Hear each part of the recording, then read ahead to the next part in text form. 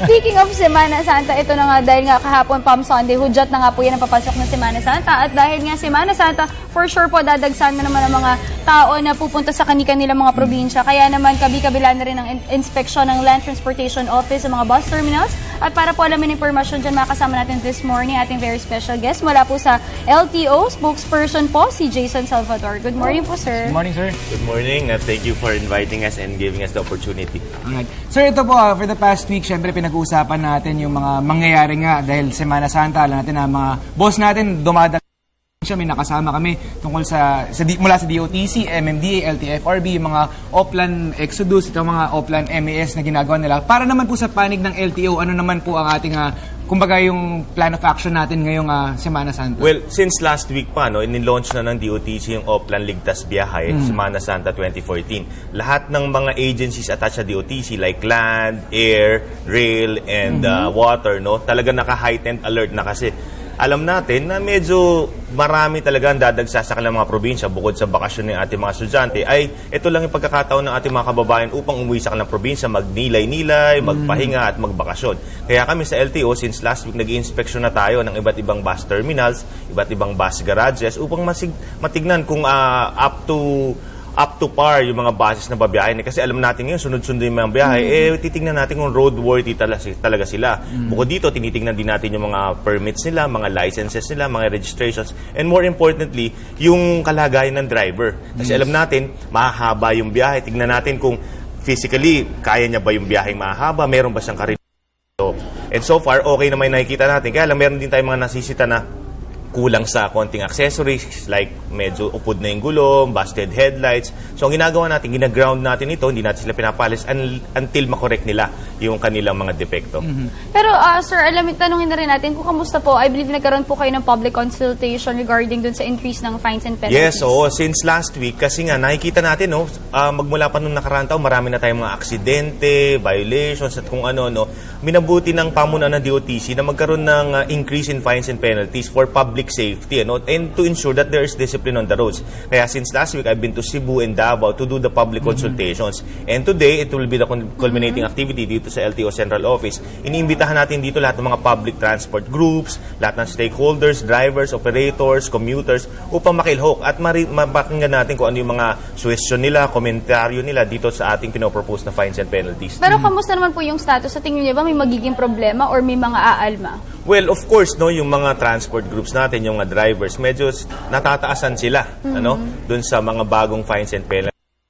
Pinapaliwanag naman natin sa kanila, ito ay para sa inyo. Kung lihitin mo kayong bus drivers or bus operators, hindi kayo matatakot dahil para sa inyo nga ito. Nag-i-impose lang tayo ng mataas na fines upang ganun, magkaroon ng disiplina at kaayusan sa ating baka mga yung umaalma, yun ang mga koloro. Yung mga may ginagawang illegal. Pero ito po, sir, syempre titignan natin yung kondisyon ng mga bus driver at syempre alam natin na mahahaba nga ang kanilang mga binabiyahe. So paano, I heard na parang meron din tayong mga i-conduct na mga random drug testing para din sa mga drivers natin. Yes, possible yan, Possible yan ganyan. Of course, tinitignan din natin yung kanilang physical activity. Binibigyan sila ng blood pressure check, Tinitignan natin yung eyesight nila.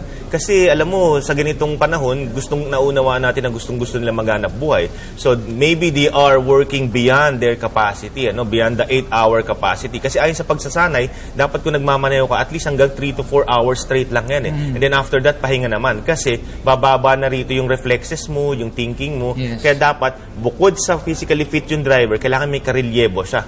So chinecheck natin yan pag sumakay tayo ng bus, tingnan natin, ikaw, sino karelyebo mo? Yung conductor mo ba? Pwede ka bang halinhinan? Just in case, pagod na pagod ka na, antukin ka na. So yung mga ganyan na sinisiguro upang matiyak na ligtas ang biyahe ng ating mga kababayan. So nasabi na natin na napag-usapan natin yung patungkol sa ligtas, security, yung safety. Pero alamin na rin natin, possible po ba dahil sa dami ng dadagsang tao at magbabakasyon ngayong Semana Santa, magkulang yung mga bus natin? Well, isang malaking posibilidad yan. Kaya nga ang LTFRB last week hanggang nung Friday, nag-issue na sila ng mga special permits.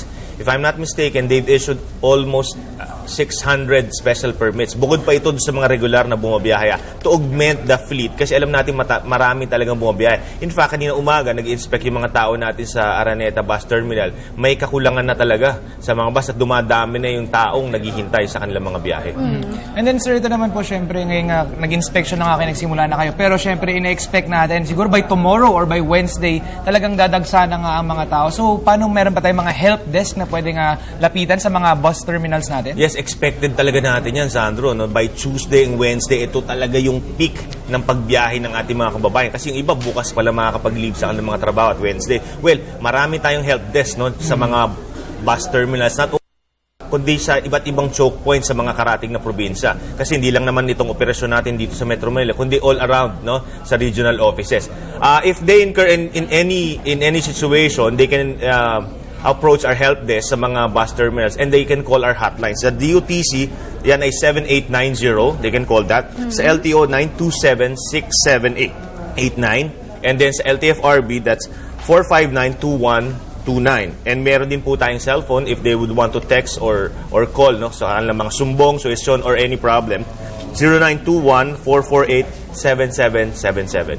Pero sir, since nasabi natin na talagang grabe yung ginawa niyong inspection sa mga bus terminals. Pero kasi usually kahit mag-inspect tayo, hindi natin naiwasan yung matitigas ang ulo at lalabag pa rin sa rules and regulations ng LTO at baka mamaya may mga kolorum na naman dyan. Ano po ba yung mga tips and advices na mabibigay natin dun sa mga commuters natin o yung mga babiyahe para alam nila, tsaka alam nila kaagad kung ito, tamang sakyan na bus or hindi? Good question. Ano?